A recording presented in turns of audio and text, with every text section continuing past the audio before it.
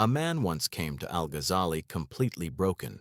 His business had failed, his family had turned away from him, and it felt as though every door in life had slammed shut. Al-Ghazali taught him a particular way of breathing, not as a relaxation exercise, but as a method for spiritual alignment. 3 months later, that man's life looked completely different. New opportunities appeared unexpectedly, relationships began to mend, and his inner peace became unshakable. So what was this technique, and why does it work when nothing else does? To understand Al-Ghazali's approach, we have to return to 11th century Baghdad. At that time, Abu Hamid al-Ghazali was at the height of his career. He was the most respected scholar in the Islamic world, head of the renowned Nizamiya University, and had everything a person could want: wealth, fame, influence, and respect.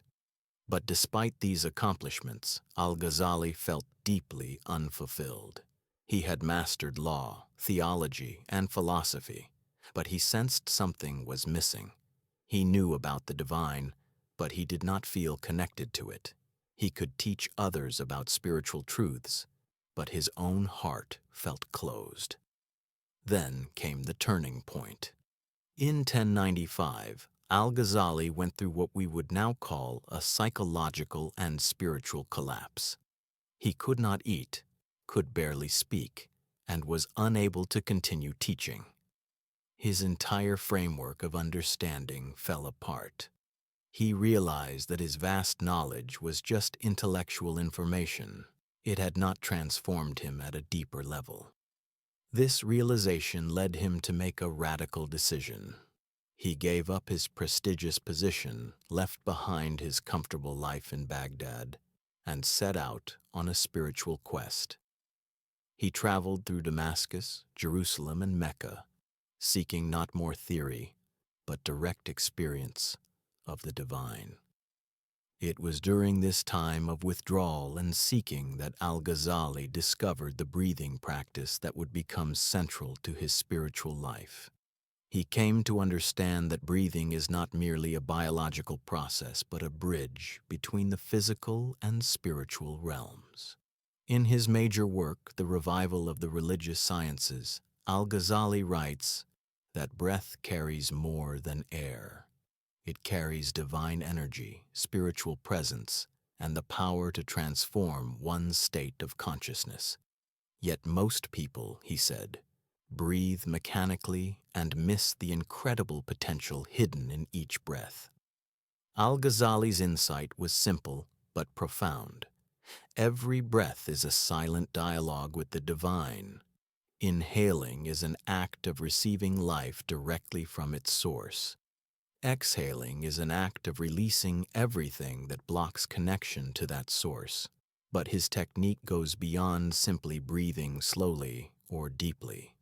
He identified specific patterns, intentions, and states of awareness that turn ordinary breathing into what he called the breath of the soul.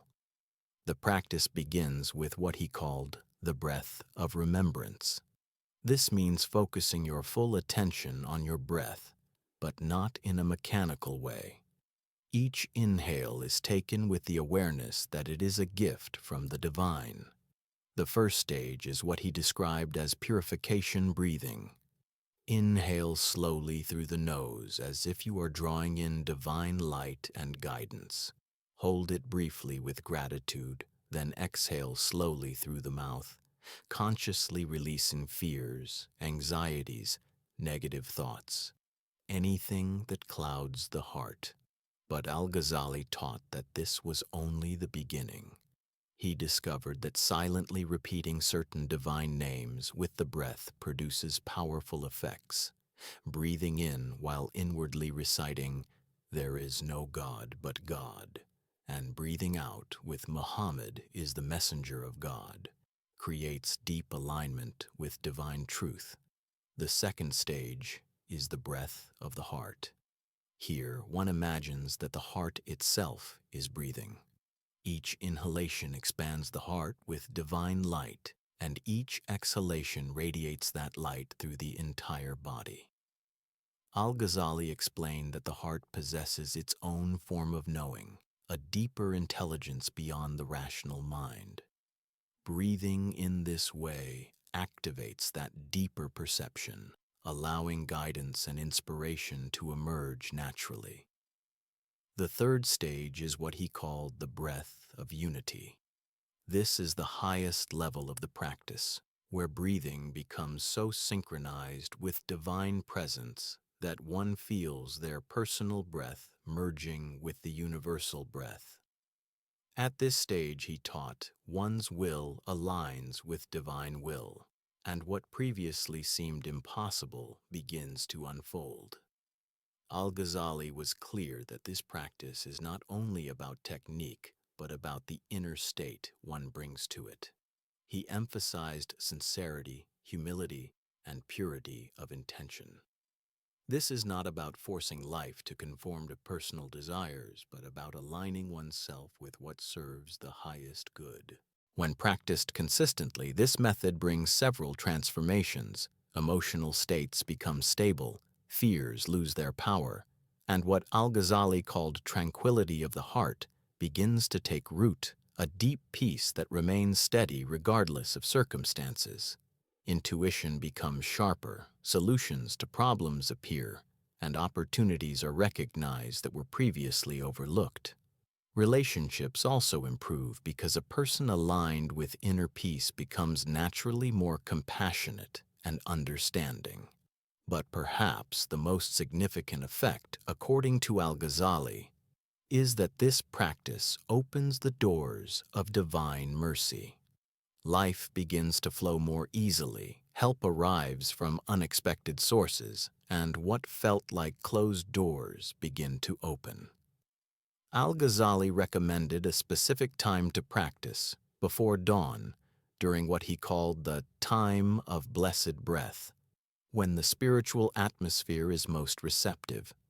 He instructed practitioners to find a quiet place, face the direction of Mecca if possible, begin with a brief prayer for guidance, and start with just a few minutes of conscious breathing, gradually increasing with time. Consistency, he warned, is the key. Practicing occasionally will not bring deep change, but daily practice gradually reshapes consciousness, refines the heart, and transforms one's relationship with life. Modern research has confirmed some of what Al-Ghazali observed centuries ago. Conscious breathing reduces stress hormones, improves emotional balance, sharpens cognition, and strengthens immunity. But Al-Ghazali taught that the true benefits go far beyond what science can measure. Breathing with divine awareness changes the soul's orientation and opens the way to forms of help and guidance that transcend reason. However, he also warned that this practice must be supported by ethical living. Conscious breathing cannot be used to force personal outcomes or bypass moral responsibility. The practice works best when combined with honesty, compassion, and a commitment to spiritual growth. Al-Ghazali lived these teachings himself. After his spiritual journey, he returned to teaching, but this time, his words carried a new depth. His students said simply, being in his presence felt transformative, and the man who first came to him in despair, the one who had lost everything, saw his entire life shift as a result of this practice. His inner state became calm and open, his external life began to reorganize, and most importantly, he learned to view challenges not as punishment, but as opportunities for spiritual growth. This, Al-Ghazali explained, is how divine assistance truly works. It does not necessarily remove all challenges, but gives the strength and clarity to meet them with wisdom and patience. For Al-Ghazali, conscious breathing was the key that opens impossible doors. Not because it magically eliminates obstacles, but because it transforms the person, until those obstacles no longer hold the same power. Today, if you feel as though every door in life is closed, Al-Ghazali's breathing method offers a way forward. It is not a quick fix, but a reliable way to align your inner state with the source of all solutions. Begin simply, just 5 minutes in the quiet of early morning. Inhale with gratitude, exhale with release. With time and consistency, this simple act of breathing becomes a means of transformation. And as Al-Ghazali discovered centuries ago, it can open doors you once believed would never open.